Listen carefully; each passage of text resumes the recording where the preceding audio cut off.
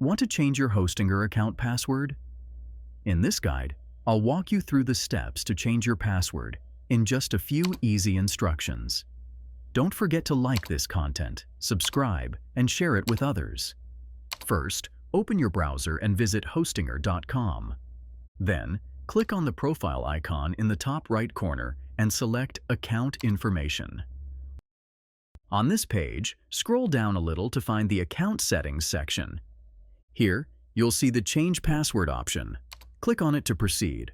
First, you have to enter your current password for security purposes. After that, enter your new password twice to confirm the change. Once you've filled in your new password, click on Confirm. This will save your changes, and your Hostinger account password will be updated successfully.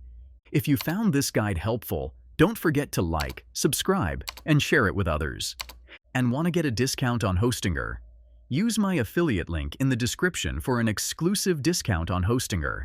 See you in the next video.